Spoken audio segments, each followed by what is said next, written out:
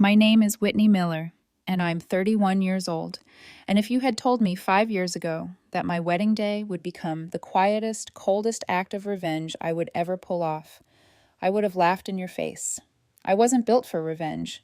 At least I didn't think I was. I was always the peacemaker, the kid who apologized first, who tried to smooth over tension, who pretended the little cuts didn't hurt.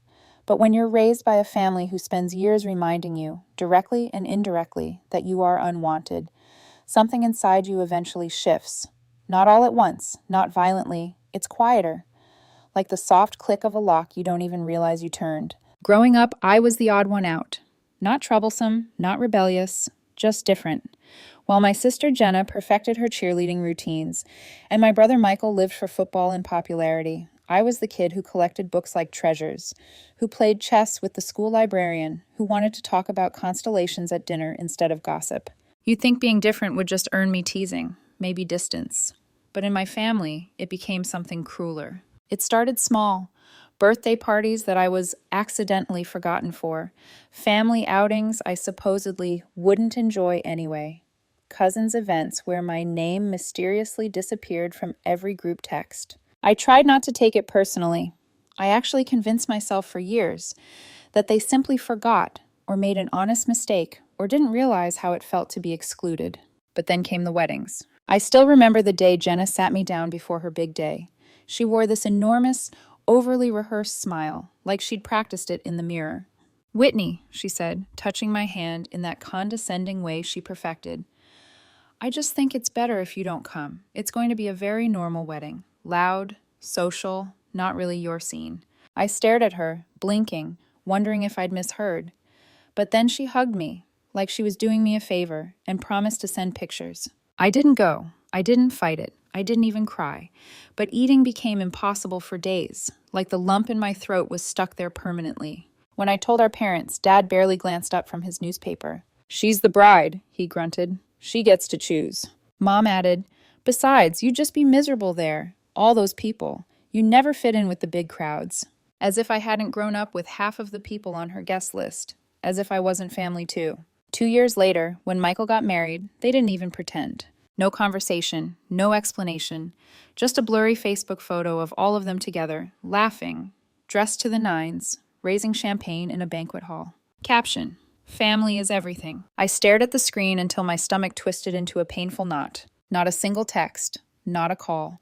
They didn't even bother lying this time. They didn't want me there. You'd think after that I'd walk away for good. But hope is a stubborn parasite. It digs in. It clings. I kept trying. Holidays, birthdays, casual check-ins. Sometimes they'd respond, with this thin layer of politeness stretched over boredom. Other times I'd be met with silence. Every visit felt like walking onto a stage where everyone else knew their lines except me. But the final straw wasn't dramatic. It was a Saturday afternoon. Michael was hosting a housewarming party. I drove an hour with a smile and a gift card, determined, stupidly, to try again. I rang the doorbell 3 times before he opened the door, eyebrows raised. "Oh, hey," he muttered awkwardly. "Mom said you probably wouldn't show." I forced a grin. "Well, I'm here, congrats." Inside, the house was packed. Music thumping, barbecue smoke drifting. Familiar faces everywhere, faces from my childhood, who looked at me like I was a stranger who wandered into the wrong party. I tried to blend in, to make conversation, but it was like talking into a void. People gave polite half-smiles before turning away. Later that night, I heard Jenna's voice, loud, slurred, careless, cutting across the yard. "Well, at least Whitney didn't ruin anything today. New record." The table erupted in laughter. I froze. The plastic cup in my hand cracked in half. No one defended me. No one even looked embarrassed. I didn't say a word, didn't slam anything, didn't cry. I slipped out the side gate, drove home in silence, and deleted the family group chat. That night, I made my decision. Quietly, without theatrics. Just a final internal click, a door locking for good. A year later, something beautiful happened. I met Daniel. He was everything they weren't. Warm, attentive, fascinated by the things I cared about. He loved my nerdy obsessions, my quiet nature, my dry humor. He noticed every small detail of who I was and cherished it. For the first time, I felt seen. When he proposed, I cried. And we planned a small wedding together, just close friends, chosen family, people who actually loved us. One night, while we were working on the guest list, Daniel hesitated. "What about your family?" he asked gently. "Do you want them there?" I thought about it. About Jenna's fake smile. About Facebook photos. About drunken jokes at my expense. About years of being the invisible daughter. "No," I said finally. "I don't." Daniel just nodded and kissed my forehead. "I want this day to be about peace," he whispered, "not pain." Word got out anyway. Small towns talk. A week later, my mom texted, "Heard you're getting married. When are you sending our invites?" No congratulations, no warmth, just entitlement. I stared at the message for a long moment. A lifetime, really. Then I typed, "There is no invitation." Her reply exploded across my screen. 3 messages, then 10, then 20. Guilt trips, accusations, fake outrage. But I didn't answer, not a word. And deep down, I felt it. The beginning of the storm I knew was coming. The moment I sent that text, "There is no invitation," my phone lit up like a wildfire. First came my mother, then Jenna, then Michael, then my father, whose messages were short, cold, and sharp, like metal hitting stone. I didn't respond to any of it. Daniel kept glancing at me every time my phone buzzed, concern in his eyes. "You okay?" he finally asked. I nodded, though my chest felt tight. "Yeah, I knew this would happen." "You don't deserve this," he whispered. Maybe not, but I had learned long ago that deserving and receiving were never the same thing. The backlash. Within hours, the group text turned violent in tone. "Mom, you're breaking this family apart." "Dad, grow up. It's your responsibility to fix this." "Jenna, unbelievable. After everything we've done for you." "Michael, seriously? Who does something this petty?" I muted the entire thread. The chaos didn't stop. It grew. Jenna posted a passive-aggressive Facebook update. "Funny how some people forget where they come from. Hope they enjoy their little party without real family." Within minutes, her friends commented heart emojis, sad emojis, performative support. But some replies hit harder. "Didn't you exclude your sister from your wedding?" Jenna left that comment unanswered. My stomach twisted, not with pain, but with a strange kind of irony. Daniel and I continued planning the wedding quietly, peacefully.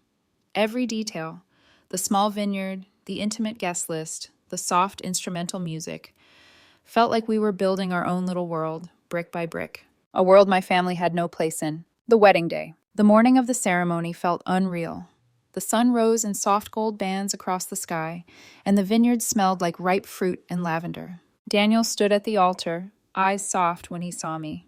And in that moment, something inside me healed just a little. Our friends cheered. Daniel's family teared up. I felt chosen, maybe for the first time in my life. After the ceremony, while we were taking photos near an old oak tree wrapped in fairy lights, Daniel's old neighbor, Mr. Halverson, hurried toward us with mischief practically sparkling from his eyes. "Whitney," he said, breathless, "you'll want to see this." He held up his phone, and suddenly I was staring at a live feed of chaos. My family was having a public meltdown on Facebook. My mother had posted a blurry photo of us together from 10 years ago, captioned, "Some people forget who loved them first." Comments poured in. "Didn't you leave her out of every major event? This is weird. What happened?" Her only response was a sad emoji. Michael posted, "Guess she forgot who raised her." Underneath, "You didn't invite her to your wedding." And Jenna, she was the most dramatic of all. "Can't imagine cutting off family on purpose. Imagine being that cold." A commenter replied, "You literally told her she wasn't welcome at your wedding." I blinked, stunned. Daniel slid his arm around my waist, steady and warm. "You okay?" he whispered. I let out a long breath. "Honestly, yeah. For once I actually am." Because as I watched their tantrums spill across the internet, all I felt was clarity. For the first time, it didn't hurt. The morning after, we woke up late in our tiny rental cabin, tangled in blankets, the air smelling like the lavender-scented candles our friends left as gifts. My peace lasted 5 minutes. My phone vibrated off the nightstand. Dozens of missed calls, texts, voicemails. Daniel frowned. "You don't have to look." But I did. I opened one voicemail. My mother's voice came through sharp and icy. "Whitney, call me back immediately. You will regret this. Family is family. No one will ever love you like we do." My jaw tightened. Next was Jenna. "Congrats on your pathetic little party. Enjoy it, traitor." Then Michael, "You'll come crawling back like you always do. Just wait." I stood in the middle of the room, listening to each message as Daniel watched quietly, his expression darkening with every word. By the 10th voicemail, I felt nothing. Not anger, not sadness. Nothing. Just this clean, absolute emptiness. Daniel walked over, touched my cheek gently. Whit, you don't owe them anything. I know, I whispered. I blocked every number, deleted every message, locked every door inside me they'd once had easy access to. For the first time in my life, I wasn't chasing their approval. I wasn't begging for a seat at their table. I had built my own. The visit. For a week after the wedding, things were blissfully quiet. Daniel and I settled into newlywed life. We explored little towns. I lost the cottage key twice. He burned the pancakes 3 mornings in a row. We laughed until our stomachs hurt. It felt like the life I had always wanted. Simple, warm, safe. But quiet never lasts long with people who thrive on control. The knock came on a Wednesday morning. Loud, heavy, repeated. Daniel froze mid-step, spatula hovering over a pan of eggs. You expecting someone? He whispered. I shook my head slowly. No. Something heavy slid into my stomach, instinctive dread. I walked to the door and looked through the peephole. My breath caught. They were all there. My mother, my father, Jenna, Michael, crowded on my porch like they were posing for a twisted family portrait. Mom held a casserole dish like it was a peace offering. Dad had his arms crossed, jaw tight. Jenna wore sunglasses like she was shielding herself from her own shame. Michael looked bored, scrolling on his phone. I didn't open the door. Instead, I cracked the window an inch. Mom's voice came syrupy sweet. Hi, sweetheart, we just wanted to talk as a family. No thanks, I said calmly. We're busy. Dad stepped forward. Whitney, open the damn door. We're not leaving until you face us. Daniel appeared behind me, gripping my hand. They're not going to just leave, are they? No, I whispered. They're not. Mom's smile cracked. The casserole dish clanked loudly against the porch railing. This isn't you, Whitney, she snapped. You're letting him. She jabbed a finger toward Daniel. Poison you. Something inside me snapped into perfect clarity. I pushed the window open another inch. No one poisoned me, I said. You did that yourself. Jenna's mouth fell open. Michael finally looked up from his phone. Grow up, he scoffed. You're throwing away your real family over hurt feelings. My voice lowered. You didn't want me at your weddings. You didn't want me at birthdays. You didn't want me at holidays. You didn't want me when it mattered. You don't get to want me now. Mom's voice rose into a shrill screech. You'll regret this, Whitney. I met her eyes. I already have everything I need. And I closed the window. Silence. Then, bang! A fist hit the door. Then another. They weren't leaving. They were trying to force their way in. Daniel's voice trembled. What do we do? I didn't hesitate. Call the police. He ran for his phone. I stood between him and the door as the pounding grew louder, more frantic, more desperate. You're coming out here, Whitney, Dad roared. We won't leave without you. My heart pounded in my ears. Then, the sweetest sound I had ever heard. Sirens. The moment the sirens wailed down our street, the pounding stopped. Dead silence. Through the peephole, I watched my family scramble like actors caught mid-scene. My mother grabbed the casserole dish, as if that would somehow erase what they'd just done. Dad straightened his posture, clearing his throat. Jenna adjusted her sunglasses. Michael hid his phone. A police cruiser pulled into the driveway. 2 officers stepped out, a woman with a stern, tired face, and a younger man who looked like he'd seen one too many suburban meltdowns. I opened the door slowly, hands visible. Morning, officers, I said, voice calm despite the hammering in my chest. Thank you for coming. The female officer nodded. We got a call about a disturbance. Can you tell us what's going on? Before I could speak, my mother surged forward, clutching her casserole like a shield. This is all a misunderstanding, she cried. We're her family. We just wanted to talk. The officer held up a hand. Ma'am, I'm speaking to the homeowner first. My mother froze mid-breath, face twitching. I swallowed, steadying myself. They came uninvited, I said. They refused to leave. They were pounding on the door and trying to force their way in. The male officer turned to them. Is that true? Dad barked a humorless laugh. We have every right to see our daughter. The officer's expression barely twitched. Sir, that is not how the law works. She is an adult. You do not have the right to enter her home. Mom stepped forward again, voice rising. But she's being influenced. We raised her. She owes us. I interrupted quietly. I don't owe you anything. Shock rippled through their faces. The female officer glanced at me. Do you want to file a report? My hand stopped trembling. All at once, I knew exactly what I wanted. Yes, I said. Trespassing. Attempted forced entry, and I want to start the process for a restraining order. You would have thought I'd slapped them across the face. Mom's mouth dropped open. Dad's face turned an alarming shade of purple. Jenna ripped off her sunglasses. Michael stepped back like the air had become toxic. Whitney, Mom whispered, horrified. You don't mean that. I looked directly into her eyes, and it was like looking into a mirror that finally stopped lying to me. No, I said softly. I mean every word. The separation. The officers split us apart for statements. Daniel came outside then, pale but steady, his hand sliding into mine like an anchor. My family tried everything. Begging, threatening, crying, sweet-talking, rewriting history in real time. Mom wept dramatically about losing her baby. Dad muttered about ungrateful brats. Jenna hissed about nobody abandoning family unless something's wrong with them. Michael sneered. Nobody else will put up with you when he leaves. The officers remained unmoved, utterly professional, almost bored. They issued a formal warning on the spot. If you return here again, the female officer said, you will be arrested. My parents sputtered. Jenna's face went blotchy. Michael swore under his breath. I watched all of them, and something in my chest let go, completely, cleanly. Not anger, not guilt, just finality. A door that had once been locked quietly inside me, now it was welded shut. The aftermath. That afternoon, Daniel drove me to file the restraining order. My hands shook as I signed the paperwork. Not from fear, but from something I hadn't felt since childhood. Freedom. The days that followed were strangely quiet. No calls, no threats, no guilt trips, not even passive-aggressive Facebook posts. It was like they finally understood they'd lost whatever power they once held over me. To my surprise, the silence didn't hurt. Holidays came. Daniel's parents welcomed me with open arms. His mother made space for me in every conversation. His father asked about my hobbies, my work, my dreams. Not politely, but genuinely. For the first time, I experienced what it felt like to be included. But I won't pretend I was made of stone.